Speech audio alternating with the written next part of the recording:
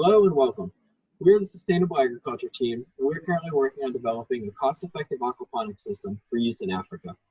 You can see a picture of our full team, but presenting to you today are myself, Landon Hacker, an environmental engineering student, Jared Fonda, senior civil engineering student, and Noah Schreiner, senior environmental engineering student.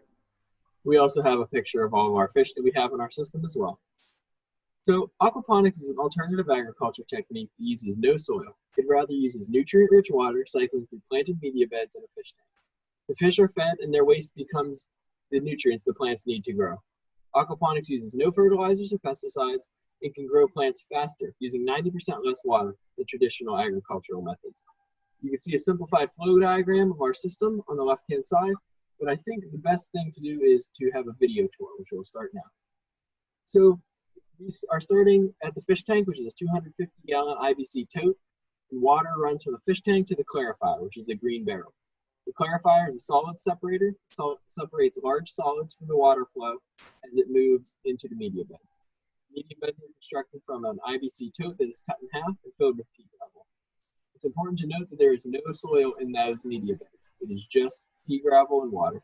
So we can put the tomato plants into that pea gravel where they can grow. And from the media beds, the water flows in this white pipe down to the return tank. The return tank is where our sub pump is housed, and the sub pump moves the water from the return tank to the fish tank. It's important to note that this is the only time that water is pumped in our system. The remaining flow is all through gravity. So now that you know a little bit about our system, I'd like to talk about a common problem that sometimes we see. As a team, we are aware of the dangers of trying to identify a problem in a foreign country and then not empowering the people to operate the systems we implement. For example, let's say someone comes into a community and sees they need a more efficient way to produce crops, just like we are doing. They implement a system that's very effective, works very well. However, they do not train the community to how to properly use it. It's totally foreign to them. So once it breaks, they simply go back to their old way of life. The Sustainable Agriculture team is avoiding this common issue in two ways. First, we are partnering with established missionaries who have years of experience living in the communities they serve. We're partnering with Amy Rittering of Sheltering Wings. Sheltering Wings is a women's shelter and orphanage located in Rockford. We are also partnering with Garth Kennedy of Trans World Radio, a Christian broadcast radio station located in Benin. Another step we are taking as a way of supporting our clients is developing a user manual that outlines how to build, operate, and maintain an aquaponics system. This is one of the main goals of our project. And now I will hand it over to Jared Fonda to talk about one aspect of making this user manual come to life. Thanks, Landon.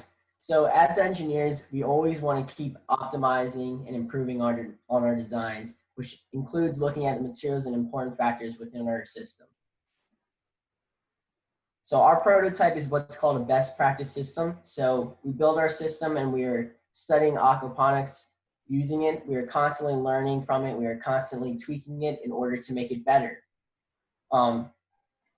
While this is a good system to have, alternatives must be found when we're dealing with our clients because these parts that we're using may not be easily accessible in Africa or they're too expensive to buy. So looking at the materials, the IBC totes that we use for the fish tank and for the two media beds is one of the most expensive parts in our system. So to be more realistic to our client, we had to think of some alternatives to these IBC totes. One of our first alternate ideas was building a form out of either wood, steel, or concrete. What we would do is make a rectangular form with the top cut off to mimic the IBC totes. And one of the things to keep in mind though is that the water and the pea gravel cannot be in direct contact with these construction materials, simply because the chemical properties might influence the biological components within our system, which would be bad. One of our other alternate ideas is to simply buy a cheaper tank. Although this is less expensive, it doesn't solve the problem of being easily accessible to our clientele. We've been talking to Garth Kennedy, who's one of our clients, and he mentioned to us that they have shipping containers on their site. What's good about this is that we can use this to build these forms. They're free because they're already on site, so that's a good thing to use. Unfortunately, it is more labor intensive to use these shipping containers. Now, we looked at materials, so we also have to look at other important factors within our system. Some of the things we look at are cooling, aeration, the output or the amount of plants we produce, also the cost and the power usage of our system. The 3 items on top, we want to be maximizing those things, and the 2 items on the bottom, we want to be minimizing those factors. So now I'll hand it off to Noah, who will talk a little bit more about our cooling techniques. Thanks, Fonda. So as Fonda mentioned, cooling is an essential process in our aquaponic design. For all the biological components in the system to remain healthy, a temperature range between 70 and 85 degrees Fahrenheit must be maintained. As both of our clients are located in Western Africa, where the temperature is frequently in the 90s and above, it became evident that a cooling solution was needed. We conducted extensive research and narrowed our options to 3 cooling techniques. We tested these techniques with modeled experiments, and they all proved to be effective at either preventing the system from rising or actively cooling the water. Insulation can be effective at keeping the heat out of the system, as does shading, which is the pergola that you see in the middle. Where evaporative cooling, which is the lower left, is going to be done by a nozzle. It cools the water by increasing the evaporation rate, cooling the system much like our bodies are cooled through the evaporation of sweat from our skin. After this fall semester, our plants were not looking so hot. They were crowded, they were competing for resources, leaves were drooping and looking burnt at the tips, and as a result, there was minimal fruit production. This led us to look into some factors that are indicative of good plant health, and also those which might be signs of nutrient deficiency and or disease.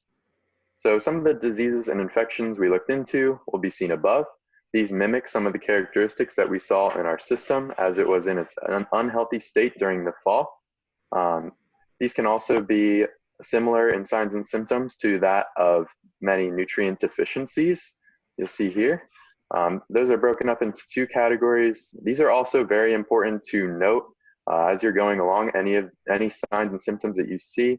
That way they can be recorded and looked at later.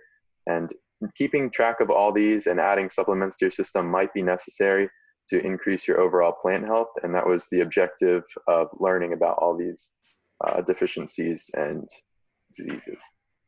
So next, we have some best management practices, including pruning and using the trellis system. This was to prevent the overgrowth and unmanaged system that we had in the fall. So we're going to walk through an animation here that's going to describe this process. So as the plants grow, they'll be secured to the trellis line using clips. They'll continue to grow upward and continue to be stabilized. Fruiting will occur, and we will harvest those fruits. Next, what we're going to do is prune the bottom leaves in order to allow the nutrients to be channeled up to the fruiting areas, continue to produce fruits at a more rapid pace. Once this happens, we're going to again harvest the fruit. And then because these plants are indeterminate, what we can do is actually clip the bottom and replant these plants. That way, once they get to a height that's too high for the system, it'd be growing out, you can just keep these plants growing and restart the trellis process. So with these best management practices in place, we're hoping to see less deficiency issues. There's going to be less competition for light and overall better system health. Next, I'm going to pass it over to Landon to talk about the user manual. I'd like to go into more detail about the user manual. This user manual contains a system sizing guide that lets the client know how big a system they need to build before the project even starts. We also have a parts listing instruction steps guide. We want it to be like essentially a piece of IKEA furniture. You have all the parts and the instructions, and you just need to build it. We also have a troubleshooting guide and daily operations manual. Oftentimes, we'll have clients who need a certain amount of tomatoes to be produced, but they have no clue how big an aquaponics system that would entail. So we created a spreadsheet that calculates all the pertinent information with just inputting how many tomatoes you want to produce. This then comes out and gives us the amount of fish we can harvest per year, and also the yearly operations cost. Eventually, we would like this spreadsheet to output a detailed parts list and economic analysis for profitability as well. We hope you enjoyed our presentation and learned more about the Sustainable Agriculture team and the work we are doing with aquaponics. Thank you.